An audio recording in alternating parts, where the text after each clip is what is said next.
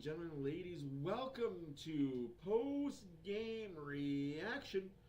Columbus comes into Edmonton and gets the beat down they gave the Oilers a mere 3 weeks ago. Final score 6-3. Oilers play La Bamba, baby. Now, a lot of things happened, a lot of things good, a few things bad, some unlucky bounces. Again, hey, we're talking about bounces, we're talking about goaltending. Goaltending, and bounces. Never fear though, Oilers get the job done, get the big old W. And hey, what a game. Hyman comes back, gets himself 2 goals. McDavid gets a 4th spot on the assists. Draisaitl helps himself out, gets a goal. Bouchard with 2 assists. Who would have thunk it? Matthias Ekholm. Woo! Gets himself a pretty goal on a power play. Jeff Skinner? Jeff Skinner, anyone? Who had that on the bingo card? Who had Jeffrey Skinner on the bingo card? Gets himself a point, 2 points, assists, and a goal. We're going to talk about all that and so much more on TikTok and on YouTube. If you're watching on the YouTube side of things, you're going to get more of an immersion type thing. On TikTok, you just get the camera and this goofball talking about the good, the bad, and the downright freaking beautiful.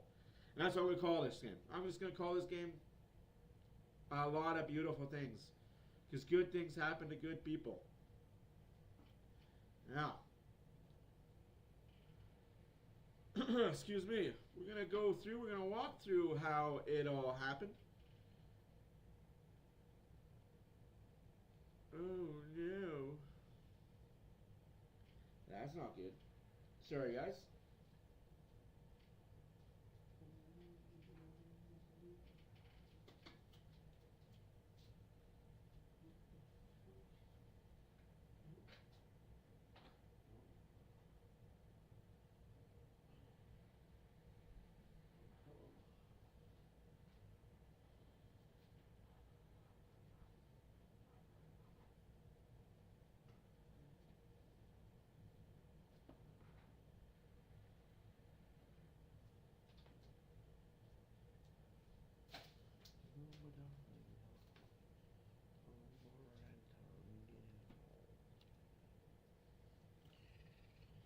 Sorry about that, folks. Whew. How's it going? How's it going, Frogman? How's it going, KCMP? Oh, yes. As for always, as per usual. Oilers win, Oilers lose. We come in here, we talk about the good, we talk about the bad. Sometimes we just talk about the ugly. Thankfully, today there's one ugly bounce. Oh, seems like if you're an Oiler goalie, you're going to expect to get scored on some sort of garbage way. Oh, wow. I like it. I am a big fan of what happened. Oilers showed up, did what they had to do. They played the way they should have been playing from day one. Let's get that matter-of-factly. The Oilers should have played this way day one. We wouldn't be in the 10-point hole we got ourselves into. And now we got to crawl ourselves back. As always, it seems that way. October's garbage. Oh, but we always have a throwaway month, and obviously I'd rather have a throwaway month in October than be in January, February, or March. Now, first goal was scored by the Columbus Bluejackets on such a bounce. Like, we want to give Skinner the crap for letting in the crap he lets in. Obviously, he's going to let in a few cough-me-ups. Hey, Oilers fan page, how's it going? Toronto Gangster, how are you guys doing over the TikTok side? Oh, there's no echo. Is there an echo? Sorry about that. I will fix that right meow. I had my headset off for a while there. Sorry about that, folks. There you go. Here's the echo gone now. Now, LeBlanc scores kind of a garbage goal, but that's what the Oilers have been giving up. They've been giving up garbage goals. Never fear. Hyman is back. Welcome back, Hyman. You scored your 4th goal of the season, assisted by McDavid and Bouchard. That's good to see. It was a pretty play. Oh, A lot of pretty plays happened by the Oilers. A lot of kind of bad giveaways. I don't understand it, but we'll talk about those as well. Draisaitl, McDavid, and Bouchard hook up in the second period, make the score 2-1 Edmonton. What a nice backhand shot by Draisaitl, though. Just pretty. Of course, it was reviewed because, of course, Hyman's back. We got to have it. We got to have that. We got to have the review. Thank the Lord himself. The Columbus goalie grabbed onto Hyman. Hyman just standing there, mind my own business, screening you. The goalie grabs Hyman. Goal gets called a good goal. Oilers go on a power play. Wouldn't you know? Who scores the power play goal? Not McDavid, not Hopkins, not Hyman, not Draisaitl, not Bouchard. Wait, that's our top line power play. They didn't score. No, nine. Leave it up to Ekholm. He gets himself a pretty goal. His third of the year. Power play goal, Oilers. Now, that's good. Jeff Skinner gets the assist. Adam Henry gets the assist. We are screaming Skol, Skol, Skol. If you're not Viking, if you're not from the countryside like that, I understand it. It's a regional thing. We're up 3-1. Second period's humming and hoeing along, and the Oilers are looking good. The Oilers are looking like a team that made it to the Cup Finals. They're looking like a team that should be in the top 3 in the West. No, we're in 8th place in the West. Calgary got a point tonight. Vancouver was idle. We're tied with Vancouver for the 7-8, but because of less games played, Vancouver is in 7th. I won't do them dirty like that. I won't put them in 8th and put the Oilers in 7th. Although, I should. Anywhoosies, Hyman gets a goal, makes it 4-1, assisted by Hopkins and McDavid. Man, that McDavid dude, he was busy. But all good things come to an end for the Oilers because holy smacks, man. This team can't do not a thing right. You couldn't pay this Oilers team to keep the puck out. I swear to my God. Sometimes some things are just Oilers. Severson scores. I mean, it was a good goal. It was a good shot. How's everybody doing? RSFR code. Justin, welcome on the TikTok side. I don't understand it. I don't get it how this team could be so good and just have lapses. Like, the lapses of this team are bad. When they're good, they're humming, they're good.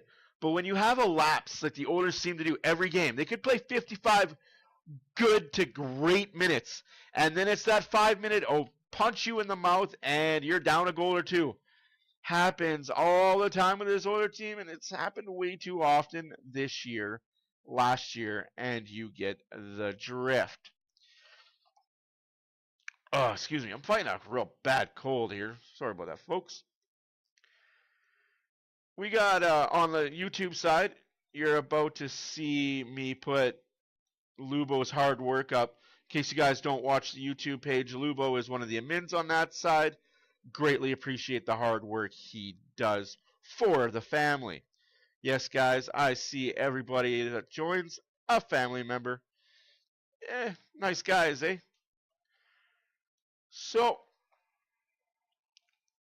I thought for sure Columbus was going to come back. Just the way that they were playing and just the way the Oilers looked kind of excuse me, giving up. The Oilers looked like they gave up for parts of that third period. I didn't like it.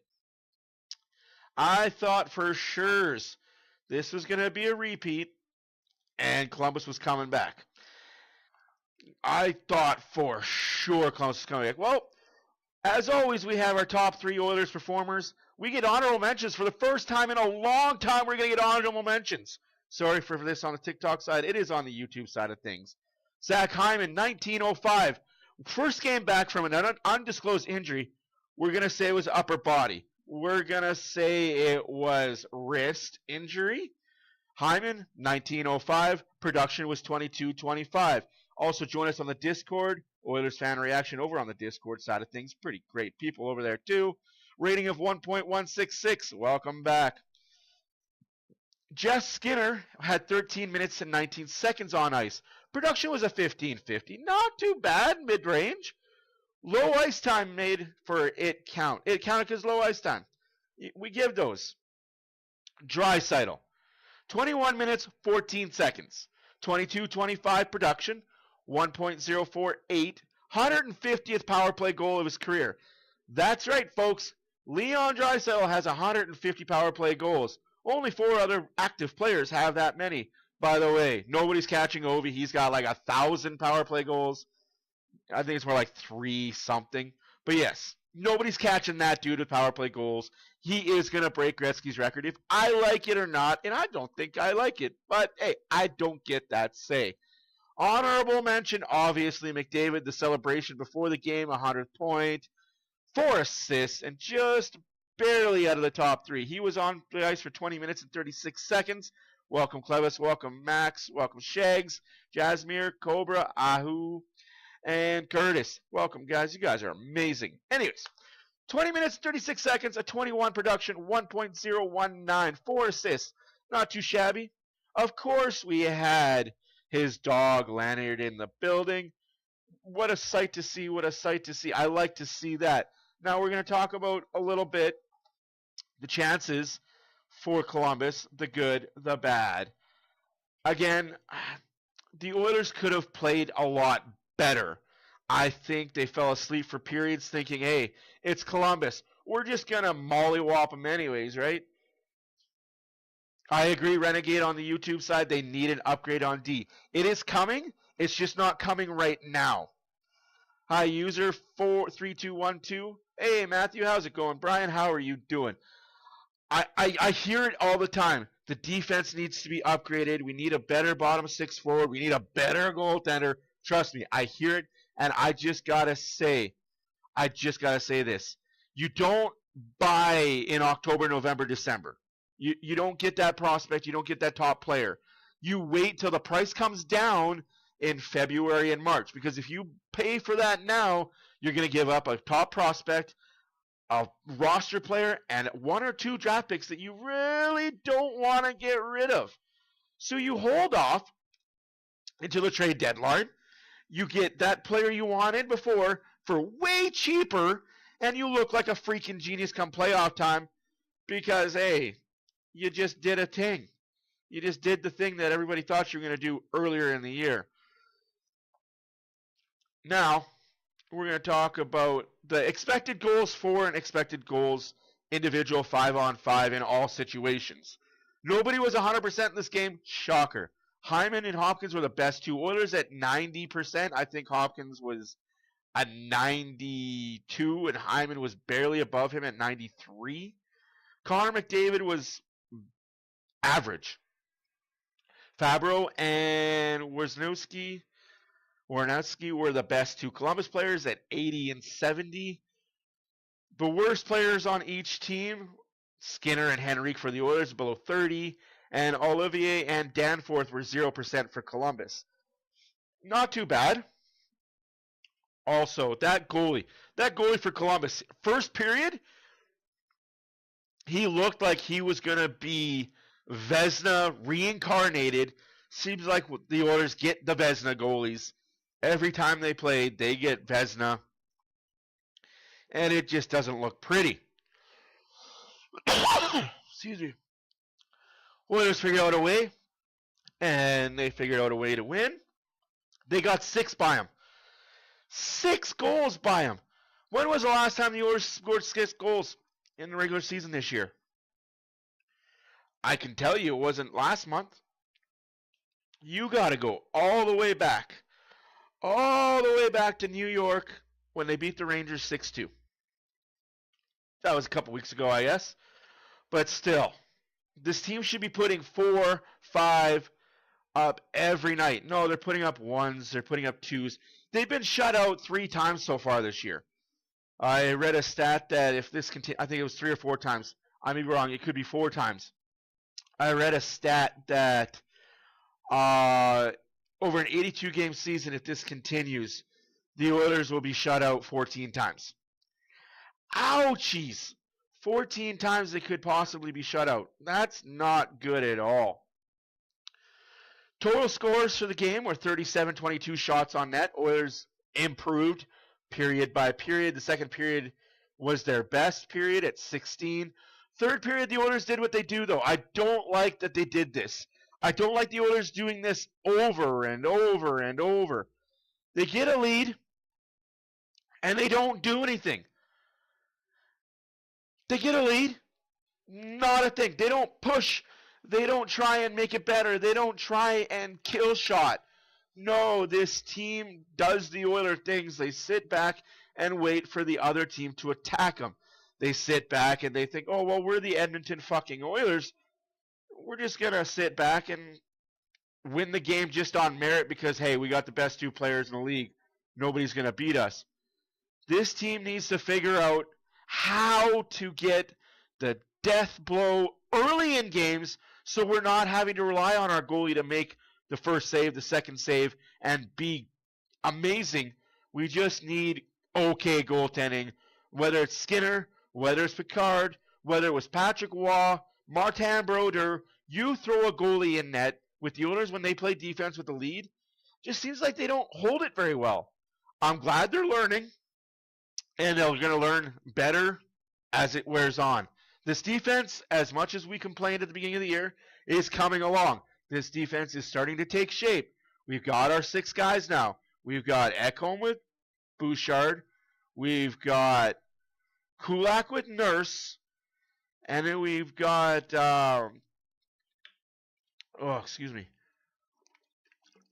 Emberson with Stetcher. I don't mind it. I don't mind the pairings at all. Shots at the end of the game were 37-22 for the Oilers, 63-37 on the face-off percentage. Oilers cleaned house on face-offs. Love it. Loved to see it. Thank you, Noah, for joining. Thank you, Mahad. Thank you, Mimi. Thank you, everybody, for joining the TikTok side. And the power play was 40% for the Oilers. It was 2 for 5. Really, I'm going to say 2 for 4. Absolutely, Lobo. Absolutely, Oilers are good. I'm going to say they were 2 for 4 because that double minor, that irks me when they put the double minor as an extra power play. Technically it is, but it's still 1 penalty.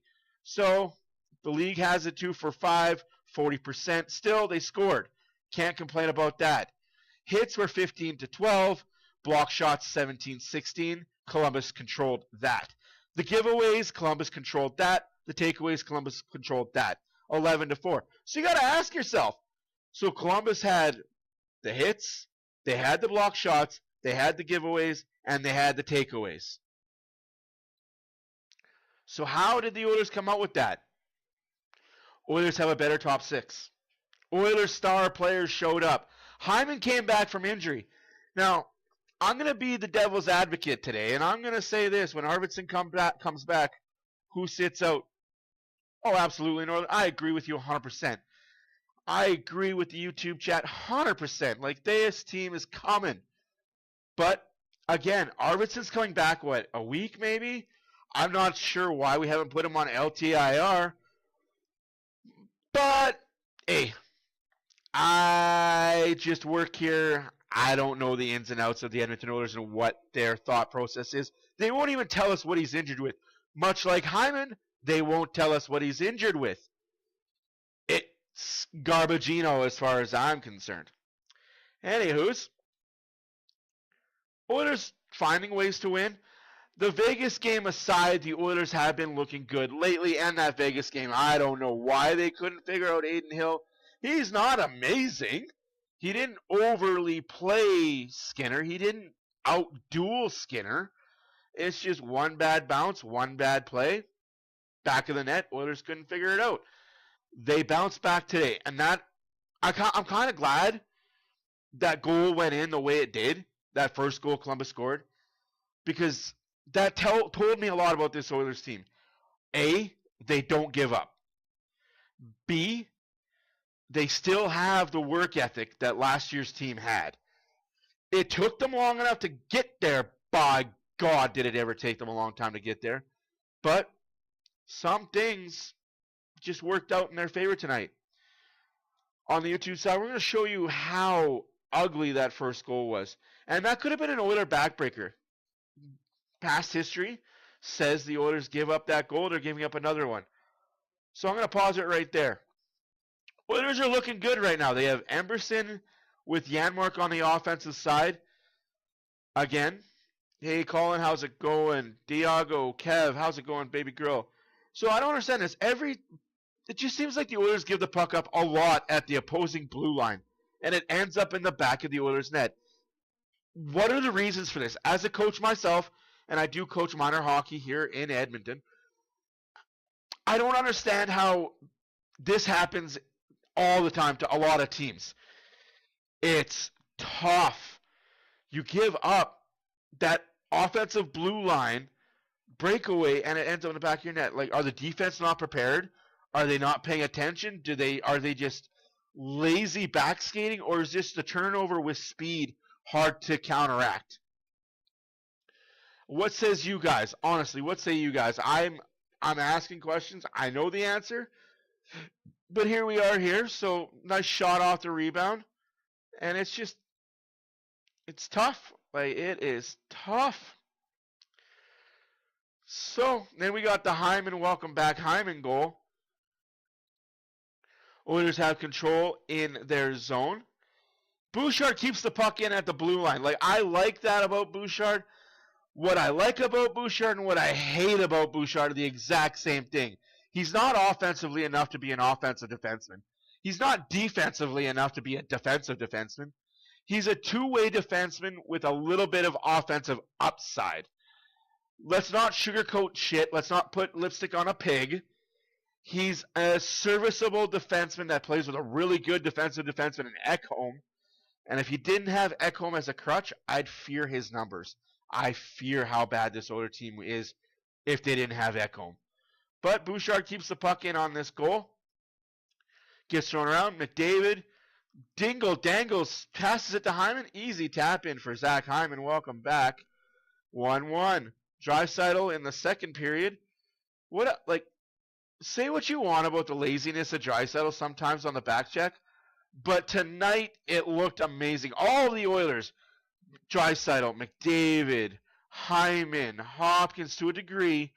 You had Kapanen back checking. What a pickup by Kapanen, by the way. What a pickup for the Oilers. Now,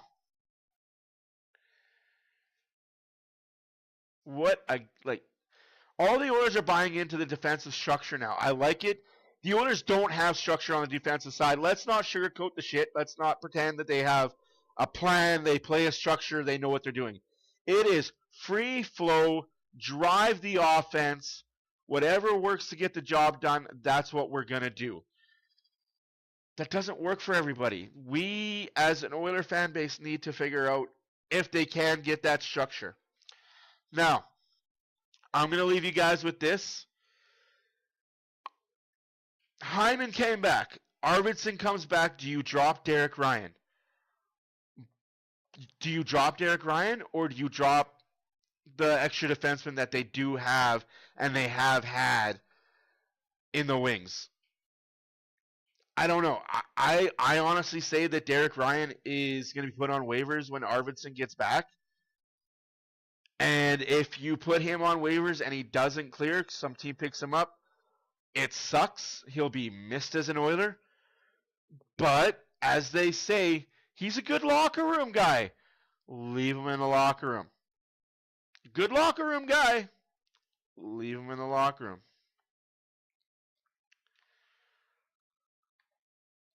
You know what I mean? Good locker room guy, but leave him there. So, Arvidsson comes back. We put him there. I say we drop Hawkins down to the 3C. So you got Kapanen, Hyman, McDavid top line. You got Draisaitl, you got Arvidsson, and you got Podkolzin.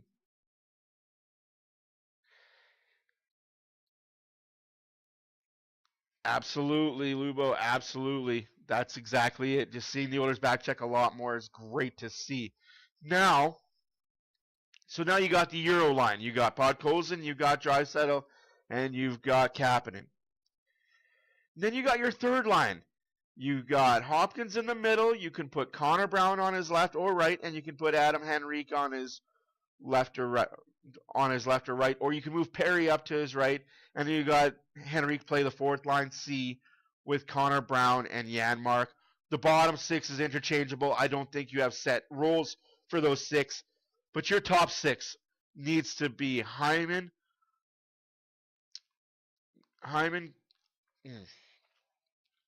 Kapanen, McDavid, Draisaitl, Podkolzin, and Arvidsson. That's what I see as your top six. Honestly, that should absolutely be my top six moving forward. Would be that when Arvidsson is healthy. I think that gives you balance up and down the lineup. I think that gives you speed up and down the lineup. I think it gives you grit up and down the lineup. And I think it gives you goal scoring up and down the lineup. Now, obviously, injuries provided and injuries ignored. It's not always going to be that way every night, right? It's not always going to be pretty. It's not always going to be just put them out there and roll 4 lines, roll 2.5, roll 3 lines. Shit happens, and you got to put shit in a blender and figure it out. That's why I am really looking forward to this trade deadline. Who is going to be this year's Ekholm? Who is going to be this year's big pickup for the Edmonton Oilers? We know they got one barrel. But you got to remember, Kane's also coming back. So there's another forward that's going to come back at playoff time. I don't want to see Kane back before playoffs, guys.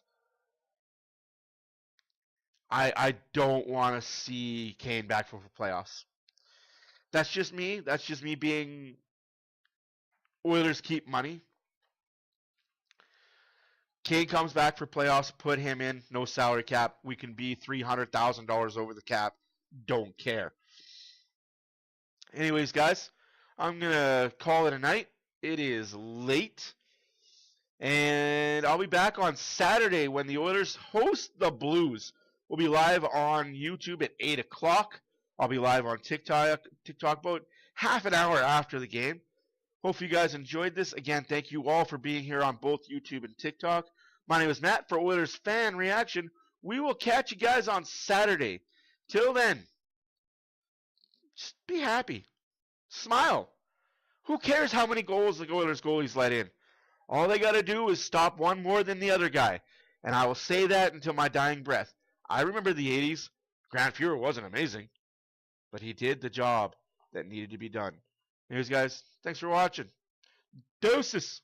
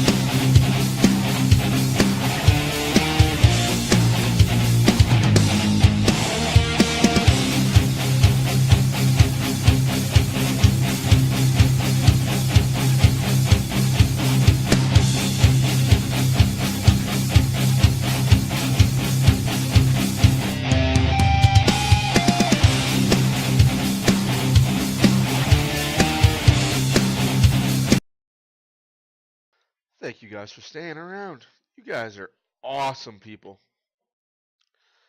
We'll catch you guys Saturday. Oh, before I hawk up another loogie.